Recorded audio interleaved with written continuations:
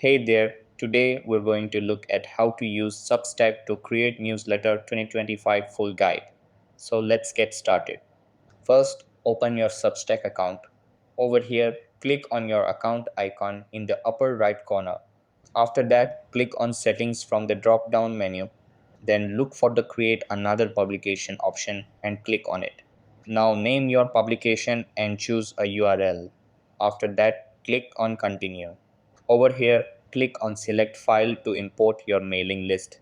Then if you want to add subscribers manually, enter their email addresses. After that, click on continue.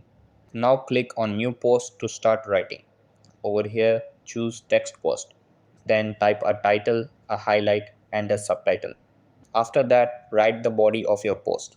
Once done, click continue in the upper right corner.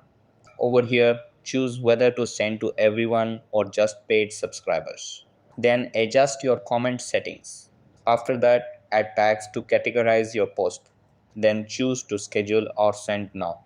Now select the option to send via email and Substack app. Finally, click on send to everyone now. After that, you can add subscribe buttons if needed. And that wraps it up. Appreciate you watching. See you in the next